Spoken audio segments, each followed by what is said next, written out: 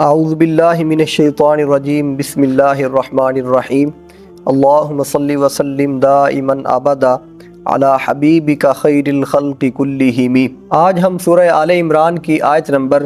40 اور 41 کا ترجمہ اور تفسیر پڑھیں گے۔ پچھلی آیات بینات کے اندر خالق کائنات نے حضرت سیدنا زکریا علیہ السلام کی ایک دعا کا ذکر کیا کہ جو وہ اپنے رب کی بارگاہ میں نیک اور صالح فرزند کے لیے کرتے ہیں، اور پھر خالق کائنات نے اس کی مقبولیت کا تذکرہ فرمایا کہ کس طرح اللہ رب العزت نے اپنے فرشتوں کے ذریعے سے حضرت زکریا علیہ السلام کو نیک اور صالح فرزند کی بشارت دی، بلکہ صرف بشارت نہ دی بلکہ ان کا نام بھی بتایا کہ یحییٰ ہوگا، اور پھر ان کے 4 اوصاف جو ہیں وہ خالق کائنات نے بیان فرمائے کہ وہ کلمۃ اللہ یعنی کہ حضرت سیدنا عیسیٰ علیہ السلام کی تصدیق کریں گے، وہ سید بھی ہوں گے، سردار ہوں گے، اور وہ عورتوں سے ہمیشہ بچنے والے ہوں گے اور نبی ہوں گے صالحین میں سے۔ آج کی آیات بینات میں خالق کائنات نے حضرت سیدنا زکریا علیہ السلام کے چند کلمات بیان فرمائے ہیں جو انہوں نے بطور تعجب اس وقت بیان فرمائے۔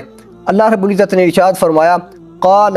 رب انا یکون لی غلام۔ حضرت زکریا علیہ السلام عرض کرنے لگے کہ باری تعالیٰ کیوں کر ہوگا میرے ہاں لڑکا، وقد بلغنی الکبر، حالانکہ بڑھاپے نے مجھے آن لیا ہے، وامرأتی عاقر، اور میری جو بیوی ہے وہ بھی بانجھ ہو چکی ہے۔ جس وقت اللہ رب العزت نے حضرت زکریا علیہ السلام کی اس دعا کو شرف قبولیت سے نوازا اور حضرت یحییٰ علیہ السلام کی ولادت کی بشارت دی، اس وقت آپ علیہ السلام کی عمر مبارک 120 سال تھی، اور آپ کی جو زوجہ محترمہ ہے ان کی عمر مبارک 98 سال تھی۔ اب اس عمر کے اندر حضرت زکریا علیہ السلام کو یہ بشارت دی جا رہی ہے۔ اس وقت اپنے رب کی بارگاہ میں یہ عرض کرتے ہیں کہ کس طرح ہمارے ہاں جو ہے وہ لڑکا پیدا ہوگا۔ یہ بطور تعجب تھا کہ کیا میری جوانی واپس لوٹائی جائے گی اور میری بیوی کا جو بانجھ پن ہے وہ دور کیا جائے گا، اس کو ختم کیا جائے گا، یا اسی عمر کے اندر ہمیں اولاد کی نعمت سے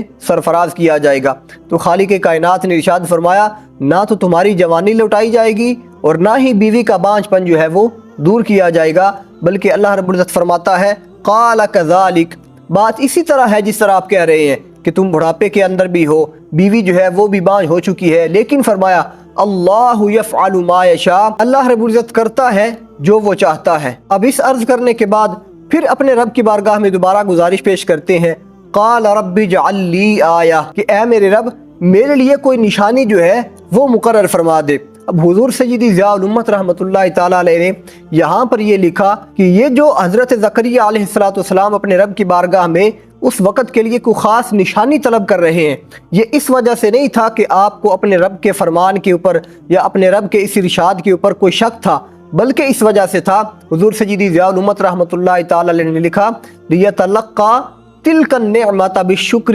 حین حصولها، کہ یہ اس وجہ سے تھا کہ جس وقت اس نعمت کا حصول ہو تو اسی وقت سر نیاز سجدہ شکر ادا کرنے لگ جائے۔ اب وہ نشانی جو حضرت سیدنا زکریا علیہ السلام اپنے رب کی بارگاہ سے مانگ رہے تھے، عرض کر رہے تھے، وہ نشانی خالق کائنات نے بیان فرمائی۔ فرمایا قال آیتک